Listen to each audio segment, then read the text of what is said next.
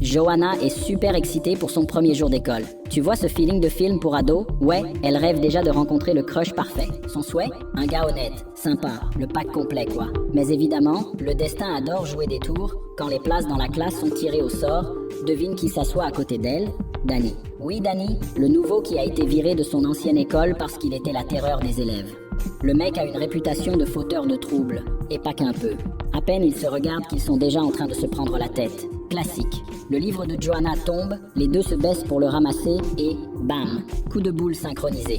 Le prof leur balance le fameux « silence s'il vous plaît » et devine sur qui ça retombe. Sur Johanna. Elle, qui adore être l'élève modèle, lâche direct un désolé rapide. Pendant ce temps, Danny s'en fiche royalement. Tout ce qui l'intéresse, c'est semer le chaos. Il râle même en disant que Johanna parle tellement qu'il a déjà mal à la tête. Il tente de filer en douce, mais surprise, son père est le directeur de l'école. Et Danny a carrément un garde du corps qui le suit partout pour éviter qu'il fasse des bêtises et qu'il finisse son année. Tu croyais que c'était simple d'être le mauvais garçon du lycée? Même les vilains ont leur galère. Dans ce bazar, Johanna trouve un portefeuille par terre. À l'intérieur, une photo d'un cœur avec le nom de Shay, le plus beau gosse de la classe. Tout le monde se met à la taquiner. Mais c'est à qui ça, hein? Et Johanna, rouge de honte, elle se cache sous la table. Évidemment, Danny rate pas l'occasion de provoquer et balance direct. C'est à elle. Réflexe. Johanna lui tire la chemise.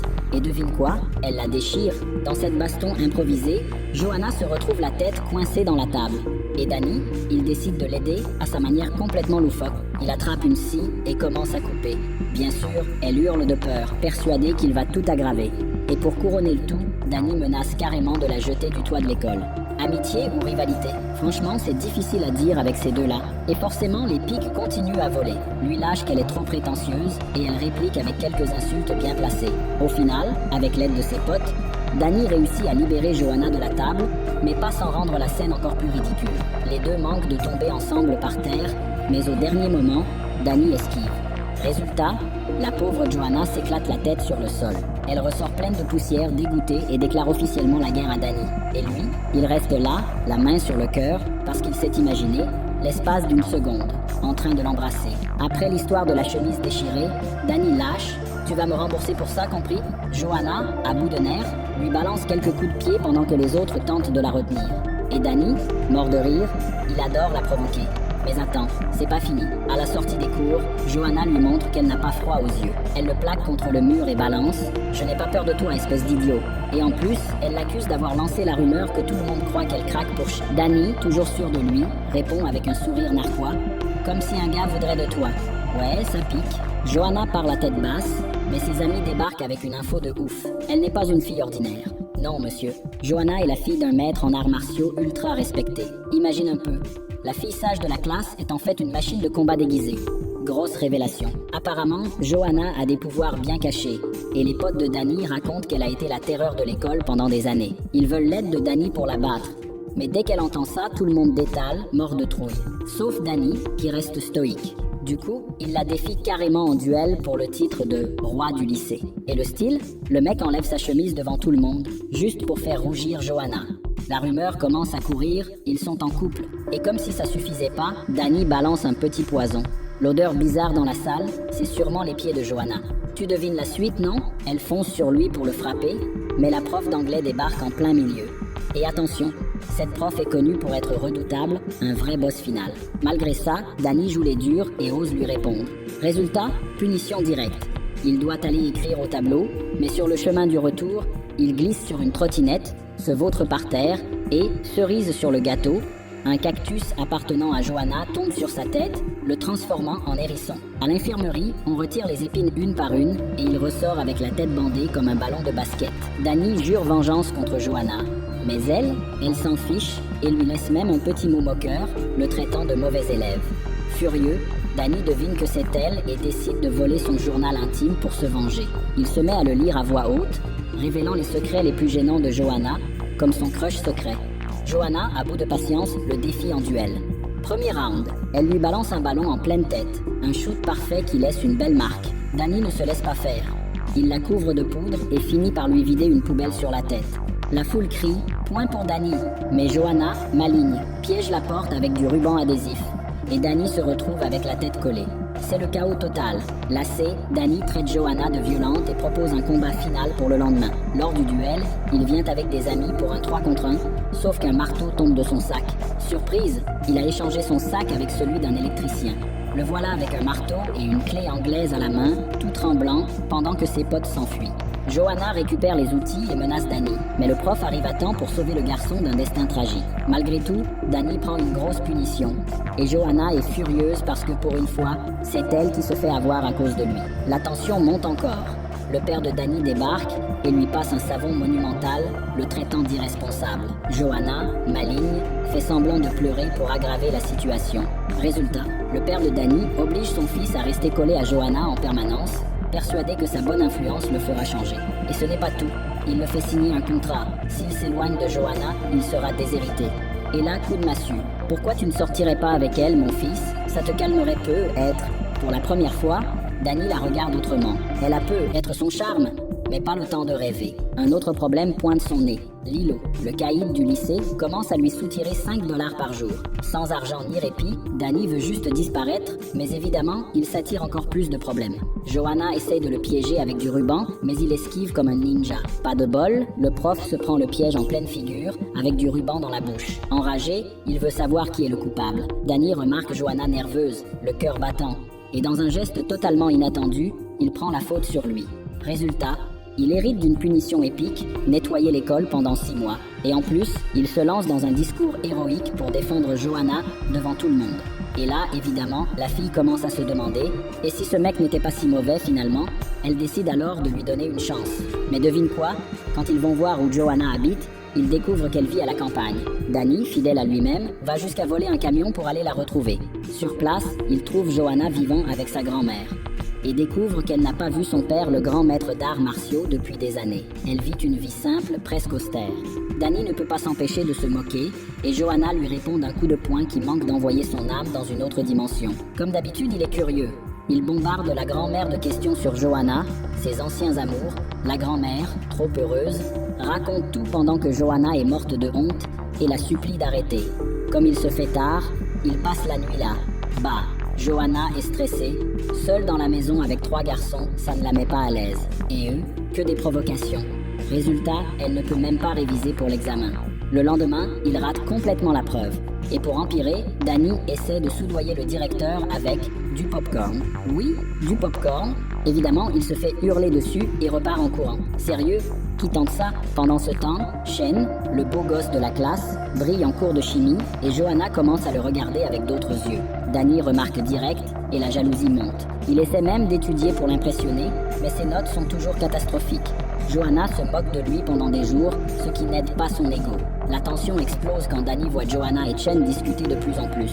Danny craque et confronte Shen sur le toit du lycée. Shen, tout calme, lui balance « Moi aussi je l'aime et elle aura un futur incroyable avec moi ». Danny est à 2 doigts de le frapper, mais se retient. Johanna déteste la violence, alors il ravale sa rage. C'est le début d'une compétition ridicule pour conquérir le cœur de Johanna. Shen l'invite à une balade en bateau, et bien sûr, Danny s'incruste pour espionner et s'assurer que rien de suspect ne se passe. Évidemment, il est découvert, ligoté et obligé de chanter. Le problème, Danny chante si mal que tout le monde se bouche les oreilles. Le lendemain, le groupe rentre en oubliant Danny sur une île déserte. Le pauvre tente de survivre. Faire du feu, manger un crabe, tout est un échec total. À 2 doigts d'abandonner, un bateau passe et le ramène au lycée. Et qui est là pour l'accueillir? Johanna.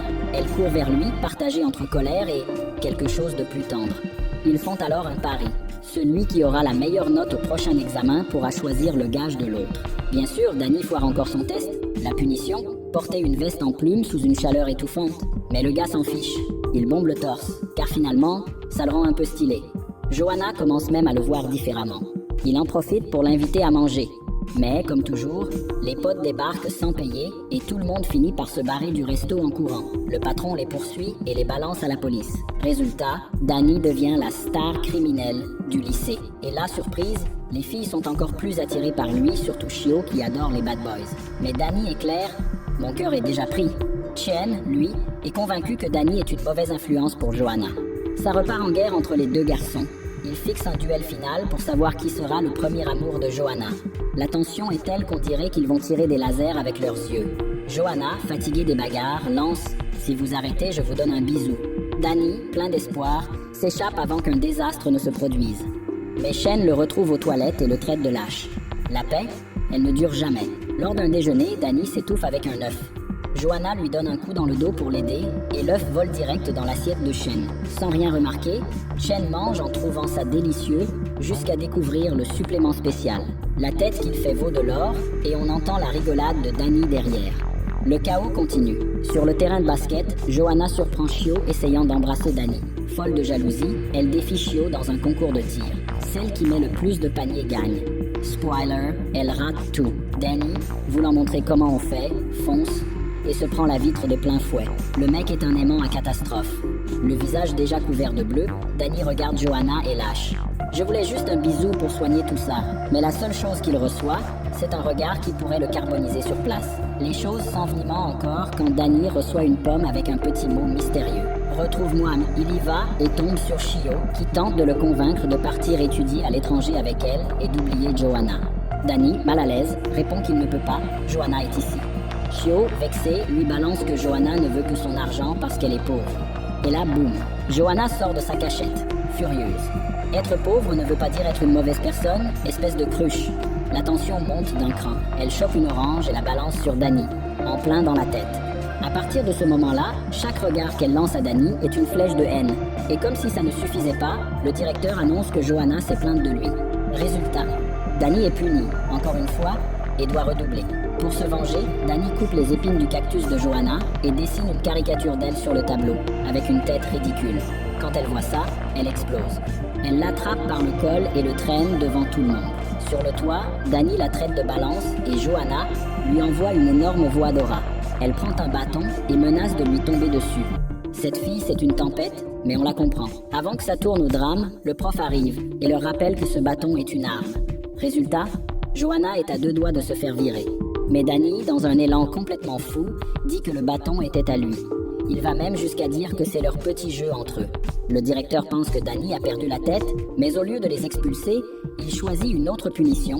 Ils vont devoir passer plusieurs jours ensemble pour apprendre à cohabiter. La cohabitation? Un désastre total. Chaque fois que Danny ouvre la bouche, Johanna rêve de le frapper. Le directeur observe cette dynamique de chien et chat et se dit « Ces deux-là sont amoureux, c'est sûr ». Pour les rapprocher encore plus, il les oblige à passer encore plus de temps ensemble. La situation dégénère quand Danny se moque en disant que Johanna a oublié de rendre son devoir. Johanna l'accuse. « C'est de ta faute, tu me distrais ». Résultat, punition pour les deux. 20 tours du terrain d'athlétisme. À la fin, Danny lui avoue « J'ai fait mon devoir, mais je ne l'ai pas rendu juste pour courir avec toi. J'ai promis que je serais ton garde du corps de l'amour. » Johanna commence à voir un autre côté de lui, mais tout s'effondre quand elle le surprend en train d'offrir une rose à Xiao. Elle voit rouge. Danny essaye de se rattraper en l'appelant « mon amour », mais reçoit une gifle monumentale qui lui fait voir 36 chandelles. Tout change quand ils s'unissent pour empêcher des voyous de frapper un professeur. Les caïds ne les prennent pas au sérieux, mais Johanna active son mode maître en arts martiaux, prête à tout. Soudain, quelque chose d'invisible frappe les voyous qui détalent, morts de peur. Johanna sourit. C'est l'esprit de mon père. Après ça, Danny et Johanna apprennent que ces voyous sont d'anciens élèves que ce professeur avait recalés. Et l'un d'eux est devenu un mafieux qui veut se venger. Paniqué, Danny et sa bande décident d'infiltrer le bureau du prof pour trouver l'adresse du mafieux. Comme d'habitude, ça tourne au sketch. Le prof débarque et l'odeur des pieds de Danny est si atroce qu'il s'évanouit. Avec l'adresse en main, il monte un plan débile. Se déguiser en gangster et infiltrer une réunion de la mafia. Évidemment, ils se font griller en 2 secondes. En voyant une arme, Johanna fait une crise et s'évanouit, mais pas avant d'attraper la main de Danny. Coincé là, Danny veille sur elle au milieu des mafieux. En la regardant inconsciente, il a un déclic. C'est bon, je suis amoureux d'elle. Peu après, Johanna va rendre visite à sa grand-mère malade à l'hôpital. Elle confie que Danny la fait vibrer comme personne. Inspirée, elle retourne vite à l'école pour le voir, car être loin de lui fait mal. Mais l'ambiance n'est pas idéale. Le directeur annonce l'interdiction des bisous entre élèves. Danny, fidèle à lui-même, cherche un coin secret sans caméra. La terrasse semble parfaite. Dans cet élan romantique, il décide d'écrire une lettre d'amour à Johanna, pleine de poésie, sa beauté, sa gentillesse, la façon dont elle illumine son cœur. Mais bien sûr, tout tourne mal. La lettre est confondue avec le devoir d'anglais de Johanna et c'est la prof qui la lit. Johanna, anéantie, apprend que sa grand-mère est décédée. Sa douleur est immense. Dani fait tout pour lui redonner le sourire, mais rien n'y fait. Elle décide de quitter l'école. Je n'ai plus envie de vivre sans elle. Dani, désespéré, lui rappelle la promesse faite à sa grand-mère. Réussir ses examens, bâtir un bel avenir. Mais Johanna est brisée. Dani comprend que les mots ne suffisent pas. Alors, il prend son courage à deux mains et chante une chanson d'amour devant tout le monde. Les paroles sortent du cœur. Je rêve de tes yeux chaque nuit. Même sans ta grand-mère, je serai toujours là pour toi. Tout le monde est ému et Johanna accepte de rester un peu plus. Dani, plein d'amour, lui prend la main et reçoit un coup de cactus sur la tête. Oui, c'est sa façon de cacher ses sentiments. À chaque gifle, à chaque coup, leur romance devient plus intense. Dani plaisante, tu es mon soleil, et lui attrape la tresse pour ne pas qu'elle s'échappe. Le père de Dani le pousse à se concentrer sur les examens finaux. Mais Dani remarque quelque chose d'étrange. Chant le fixe tout le temps, avec des cernes comme s'il ne dormait plus. Ils en viennent à croire que Chen est tentée par un fantôme depuis que Johanna l'a rejeté. Et voilà que la mère de Dani débarque du Japon. Elle tire les oreilles du père et exige que Dani quitte l'école pour devenir l'héritier de sa compagnie de mode. Dani, sincère, décide de prouver son amour. Il allume un feu et brûle des objets symbolisant leur histoire, promettant que leur lien est éternel. Johanna, émue, croit de plus en plus en lui. Mais évidemment, tout se complique avec le retour de Kia, l'ex de Dani. Elle veut une seconde chance, juste au moment où Dani est fou de Johanna. Johanna découvre que Kia a un copain étranger et que la mère de Dani manipule tout pour ramener son fils au Japon. Johanna, en génie, montre une vidéo de Kia embrassant son mec devant tout le monde. Dani, sous le choc, fuit l'école et finit ivre sur la plage. Kia essaye encore, mais Dani lui dit enfin non. Il s'effondre et finit à l'hôpital, où son oncle lui donne un conseil de sage. Un cœur brisé guérit avec plus d'amour. Écoute ton cœur, vers qui se tourne-t-il? La réponse? Toujours Johanna. De retour sur la plage, il la voit, le soleil éclairant son visage comme un rêve. Mon âme est liée à la tienne, avoue Dani. Johanna, les larmes aux yeux, répond qu'elle ressent la même chose. Et maintenant, est-ce que ce couple improbable va enfin connaître la paix, ou bien d'autres folies les attendent?